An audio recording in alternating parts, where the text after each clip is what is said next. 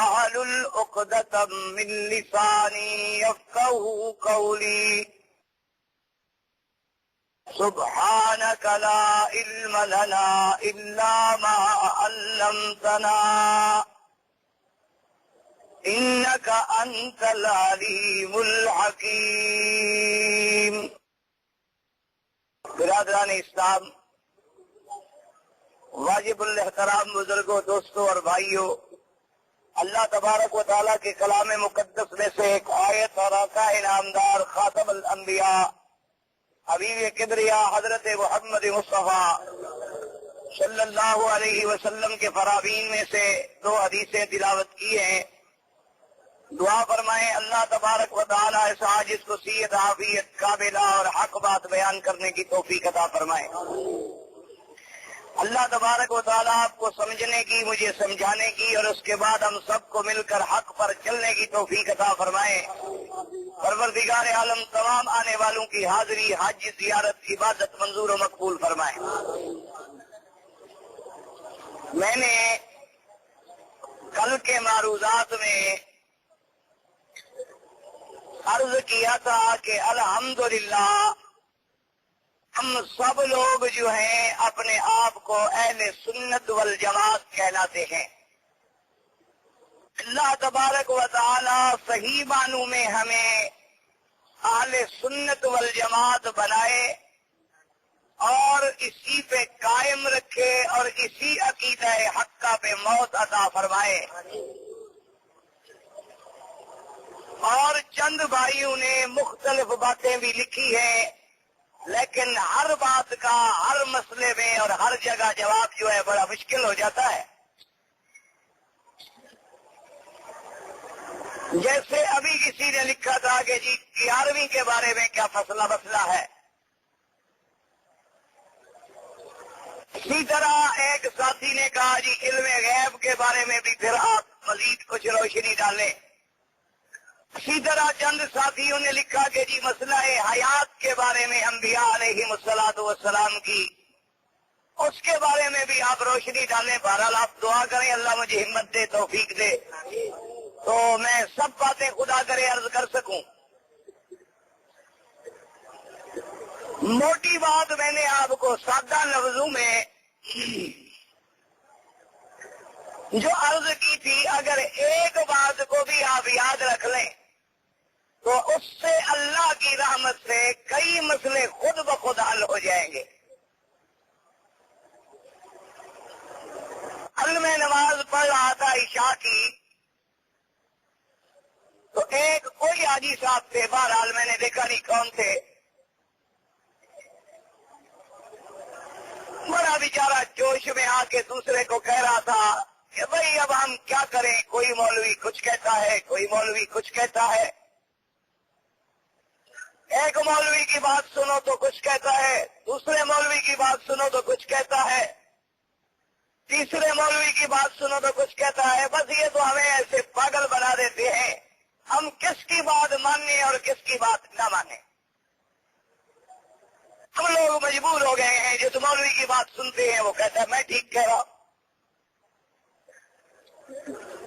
دراصل یہ بھی ایک شیطانی وسوسہ ہے، شیطانی حملہ ہے جو انسان کو دین سے دور کرنے کے لیے شیطان نے دماغوں میں ڈالا ہے کہ جی مولوی مختلف بات کرتے ہیں، ہم کس مولوی کی مانیں.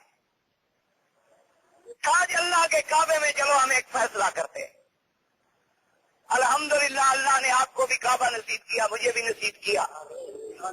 اس سے بڑی کوئی اچھی جگہ تو دنیا میں ہو نہیں سکتی. آج ہم مل کے ایک فیصلہ کرتے ہیں محبت سے، پیار سے.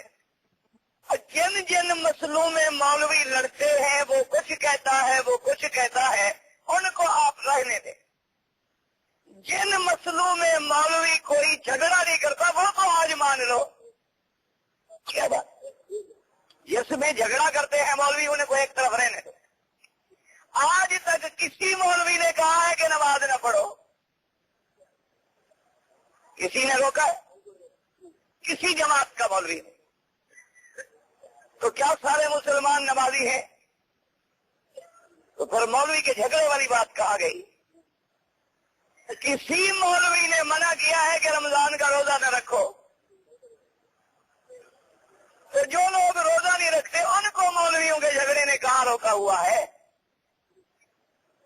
کسی مولوی نے کہا ہے کہ زکوٰۃ نہ دیا کرو؟ کسی مولوی نے کہا ہے کہ حج نہ کیا کرو؟ اچھا آپ اتنے حاجی ماشاءاللہ بیٹھے ہیں، بتائیں کسی مولوی نے کہا داڑھی مڈایا کرو؟ کہا ہے؟ نہ کسی مولوی نے کہا یار اس کا نام مجھے بتاؤ۔ تو لوگ داڑھی جو مڈاتے ہیں یہ بھی مولویوں سے تنگ ہے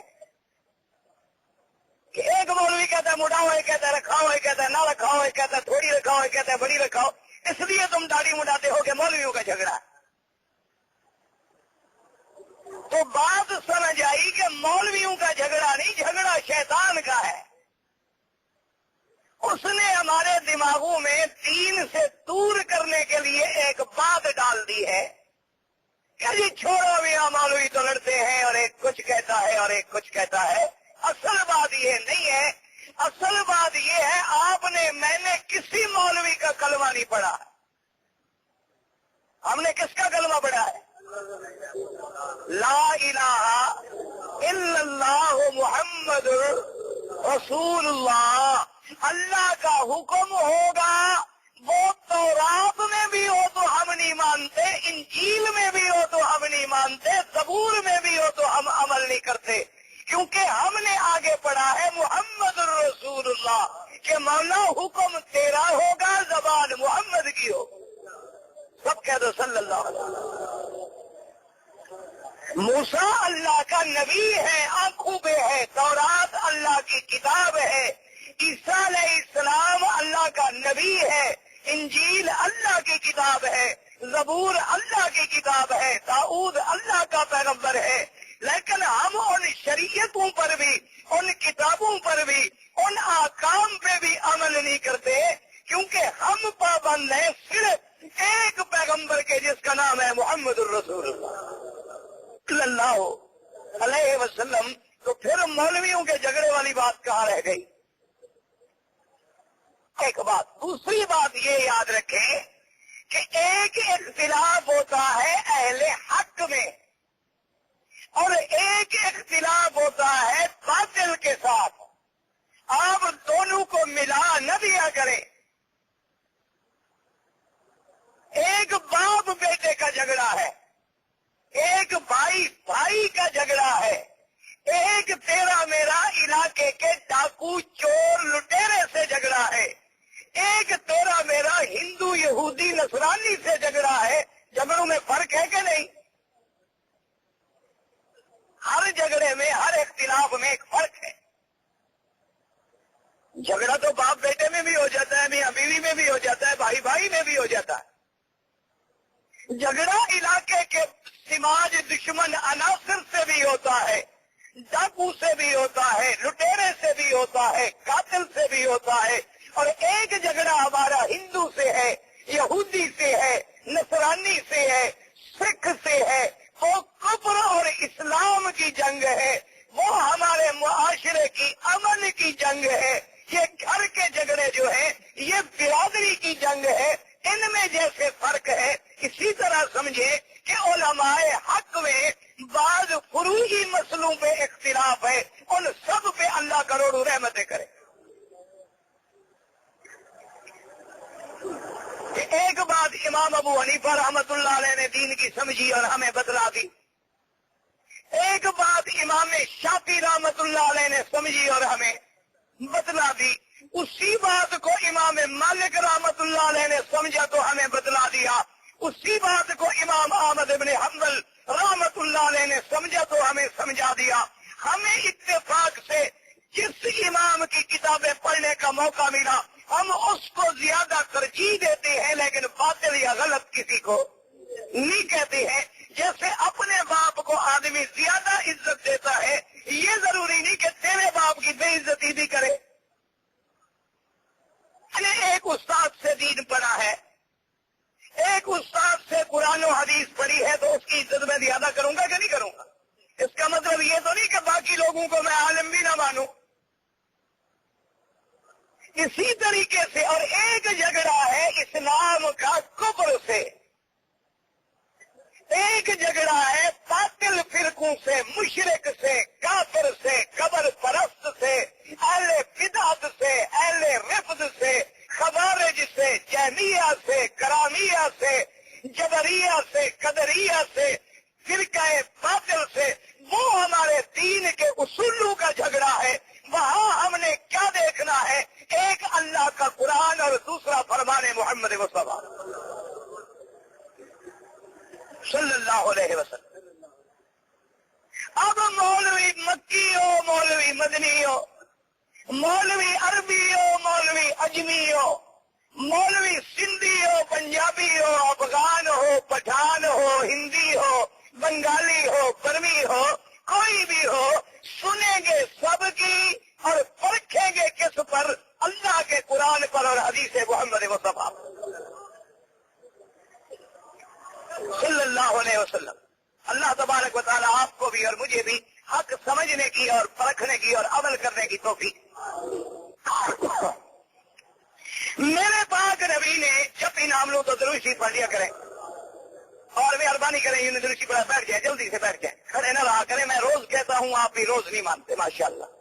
آرام سے بیٹھ جائیں، اللہ کا حرم ہے، ہوا آنے دیں۔ اب تو میرے آقا نے ایک بات فرمائی ہے، آپ اس کو یاد کر لیں اور دماغ میں رکھ لیں۔ میرے پاک نبی نے فرمایا کہ پہلی امتیں 72 فرقوں میں بٹ گئی اور میری امت، آخری امت، سب سے بڑی امت جو ہے، فرمایا یہ 73 فرقوں میں تقسیم ہو جائے گی، 73 ٹکڑے بن جائے گی، 73 قسم بن جائے گی، اور فرمایا تمام کے تمام ٹکڑے، تمام کے تمام فرقے جہنم میں جائیں گے، صرف ایک فرقہ ہے جو جنت میں جائے۔ حضور نے فرمایا کہ میری امت جو ہے وہ کتنے ٹکڑے بن جائے گی؟ 73۔ ستفترق امتی علی 73 فرقۃ، فرمایا کلہم فی النار، اور سب کے سب جہنم کی آگ میں ہوں گے، الا واحدہ، ایک فرقہ ہے جو کامیاب ہوگا، جو جنتی ہوگا، جو حق والا ہوگا۔ صحابہ نے پوچھا حضور ہمیں بتائیں کہ اس حق والے فرقے کو ہم کیسے پہچانیں؟ اب میرے پاک نبی نے 2 لفظ فرمائے، ان 2 لفظوں کو یاد رکھے تاکہ آپ کو اہل سنت والجماعت کی بات سمجھ آئے۔ آپ نے فرمایا الا ما انا علیہ واصحابی، وہ فرقہ کامیاب ہوگا جو میرے طریقے پر ہے اور میرے صحابہ کے طریقے پر ہے۔ حالانکہ حضور فرما دیتے جو میرے طریقے پہ ہے تو بات کافی تھی، حضور کا طریقہ کوئی تھوڑا ہے، لیکن کتنی وضاحت کر دی حضور نے کہ جس پہ میں ہوں الا ما انا علیہ، جس پہ میں ہوں اور میرے صحابہ ہیں، یعنی جس نے میرا اور میرے صحابہ کا دامن پکڑ لیا وہ تو جہنم کی آگ سے نکل گیا، گمراہی کے فتنے سے نکل گیا اور تباہی ہلاکت سے بچ گیا اور جنت میں پہنچ گیا، اور جس نے میرا اور میرے صحابہ کا دامن نہیں پکڑا وہ ہلاک ہو گیا، برباد ہو گیا، گمراہ ہو گیا، وہ جہنم میں جائے گا، جنت میں نہیں جائے گا۔ اب جناب صاحب کا کل والی بات کو ذرا دماغ میں دہرا لیں۔ کل میں نے کیا عرض کیا تھا کہ اہل سنت کون ہوگا؟ جو چلے گا کس کے طریقے پر؟ ہاں جی، لفظ سنت ہے، یاد رکھو، اہل سنت کا لفظ ہے، سنت کے لفظ میں بڑی حکمتیں ہیں۔ اہل سنت جو میرے مدنی کے طریقے پہ چلے گا، اور ول جماعت سے کیا عرض کیا تھا، جو صحابہ